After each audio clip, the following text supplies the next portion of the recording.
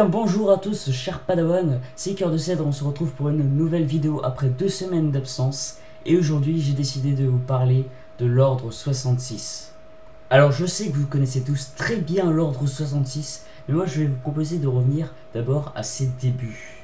10 ans avant le début de la guerre des clones, le maître Jedi Sifo Dyas va demander la création d'une armée de clones pour la République.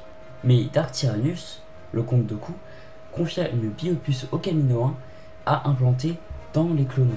Cette biopuce contenait le protocole 66 qui assurait l'obéissance des clones et les ferait se retourner contre les Jedi. L'ordre 66 s'exécutait grâce à une reconnaissance vocale. Du coup, Palpatine n'avait juste qu'à dire un seul mot pour détruire les Jedi. Vers la fin de la guerre des clones, l'ordre 66 fut prématurément exécuté lors d'un dysfonctionnement de la puce. Ainsi, le soldat clone surnommé Tup tira sur le Jedi Tiplar.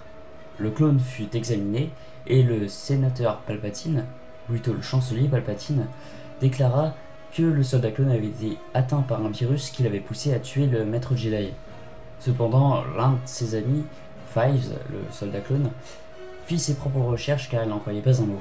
Fives découvrit que tous les soldats clones disposaient d'une puce qui contenait l'ordre 66 et qui les poussait à les faire se retourner contre les Jedi. Lorsqu'il voulut en informer le conseil Jedi, il fut confronté à Palpatine et comprit que c'était lui l'auteur de ce complot. Fives ne parvint pas à convaincre les Jedi et fut accusé d'avoir été atteint par le virus. Plus tard, les Jedi comprirent que les Sith se cachaient derrière la création des clones. Le comte Dooku avait demandé de l'aide à Jango Fett pour être le modèle des clones.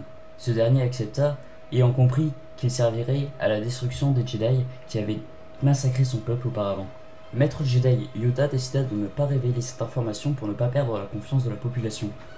Plus tard, Yoda se rendit sur Dagobah pour y découvrir le secret de l'immortalité et reçut une vision. Cette vision indiquait que les Jedi allaient perdre la guerre des clones, mais elle n'indiquait pas comment. Malgré cette vision, Yoda gardait espoir que les Jedi triompheraient à long terme.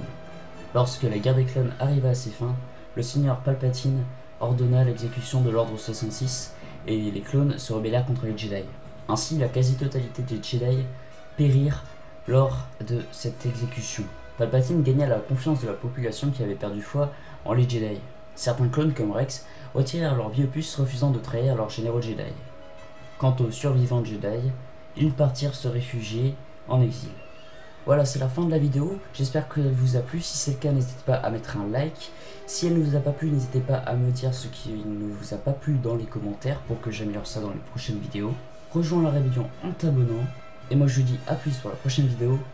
Bye tout le monde et que la force soit avec vous.